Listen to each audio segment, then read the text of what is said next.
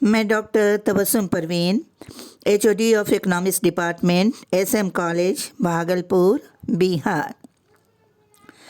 चीन की तुलना में भारत की बिगड़ती हुई आर्थिक स्थिति एक चिंतापूर्ण विषय और इस गंभीर विषय पर विचार करने की ज़रूरत है और मैंने इस पर अपना विचार पेश किया है जो पेश करने जा रही हूँ। चीन के नागरिकों की औसत आय हर 5 साल में डबल हो जाती है। चीन का विकास देश के अंदर होने वाली खपत पर निर्भर करता है और भारत और चीन के बीच एक ग्रेट गैप है। क्या ये खाई मिट पाएगी या भारत इस खाई को ख़त्म करने में सक्षम है? एक इम्पॉर्टेंट सवाल। दिन ब दिन भारत आर्थिक विकास के दौर में पिछड़ता जा रहा है। आर्थिक मंदी ने देश को ज़बरदस्त तरीके से दबोच लिया है और इस साइकिल के चारों ओर बेकारी, गरीबी, आर्थिक विषमता, गिरते हुए नैतिक मूल्य चक्कर लगा रहे हैं जो काफ़ी सशक्त होते जा रहे हैं। शायद इतना ज़्यादा गिरने का कारण प्रशासन की कमज़ोरी है या हमारा मडी पॉलिटिक्स है। चीन आर्थिक विकास की उड़ान भर रहा है।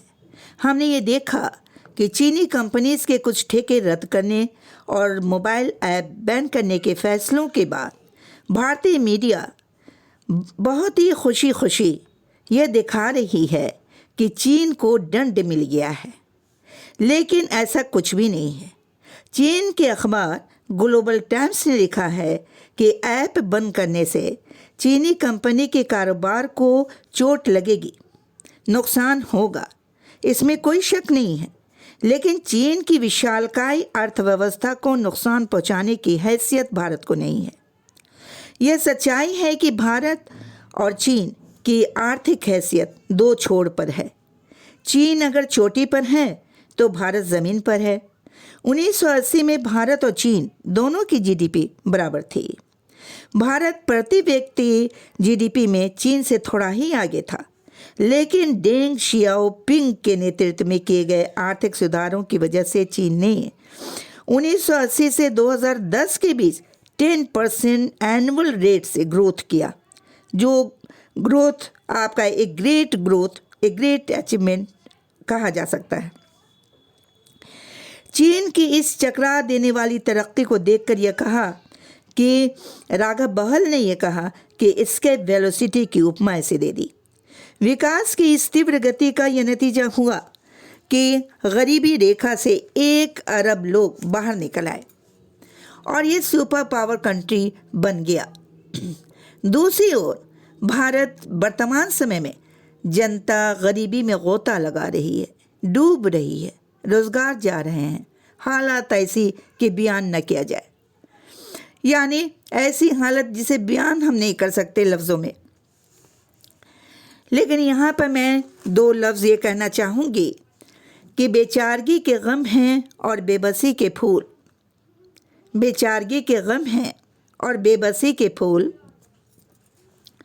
दामन में कुछ भी नहीं है खुशी के लिए। 1991 तक चीन और भारत की प्रति व्यक्ति आय लगभग बराबर थी, लेकिन डेंग की इसके वेलोसिटी ने चीन को भारत से 5 गुना ज़्यादा अमीर बना दिया, बहुत ज़्यादा तरक्की की। दूसरी ओर मोदी सरकार की पॉलिसी ने चीन से भारत को कितना गुना गरीब बनाया है वो वर्तमान परिस्थिति ही तय करेगी।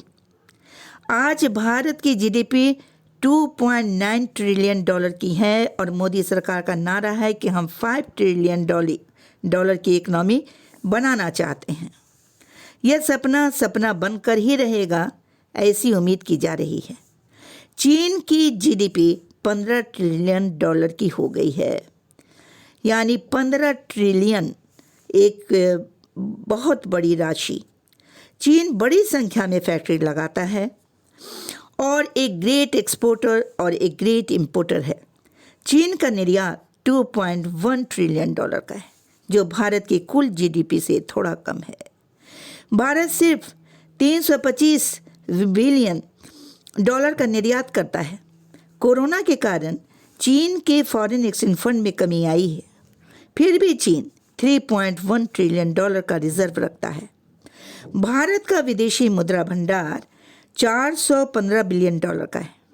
इनोवेशन इंडेक्स में चीन की रैंकिंग 14वीं है और भारत की 52। चीन ने जो तरक्की की है वो बेमिसाल है। आज भारत की जो जीडीपी उसे चीन ने 2007 में ही हासिल कर लिया था। 2000 में आम चीनी नागरिक की कमाई भारतीय नागरिक की कमाई की तुलना से दुगनी थी, लेकिन आज 5 गुना हो गई है। परचेजिंग पावर पैरिटी के आधार पर 2019 में एक भारतीय की औसत आय लगभग $2,198 की थी और चीन ने ये आंकड़ा 2006 में ही हासिल कर लिया था।